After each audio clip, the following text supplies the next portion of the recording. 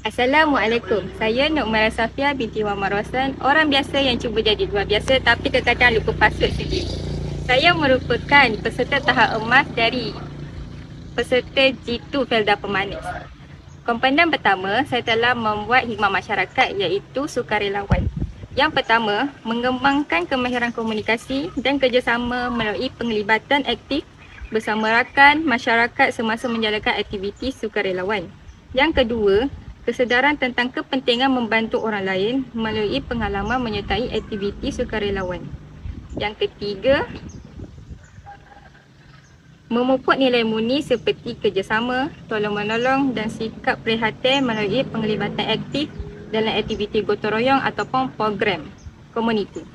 Yang keempat, mengeratkan hubungan antara peserta dan masyarakat dengan kerjasama dalam aktiviti kebajikan secara berkumpulan.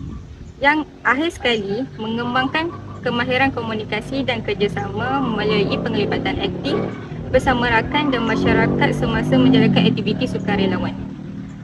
Komponen kedua iaitu rekreasi fizikal, saya telah membuat larian jarak sederhana.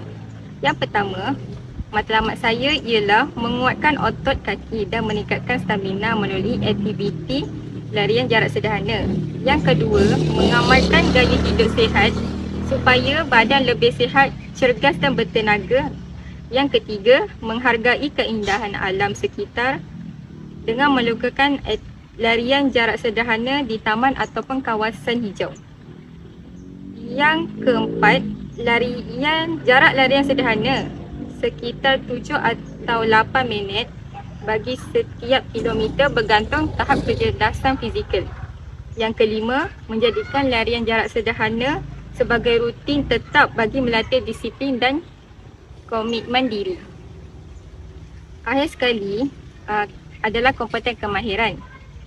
Saya telah membuat pertanian iaitu menanam sayur. Antara matlamat ialah mengurangkan perbelanjaan membeli sayur di pasaran dengan menghasilkan sayur sendiri untuk keluarga.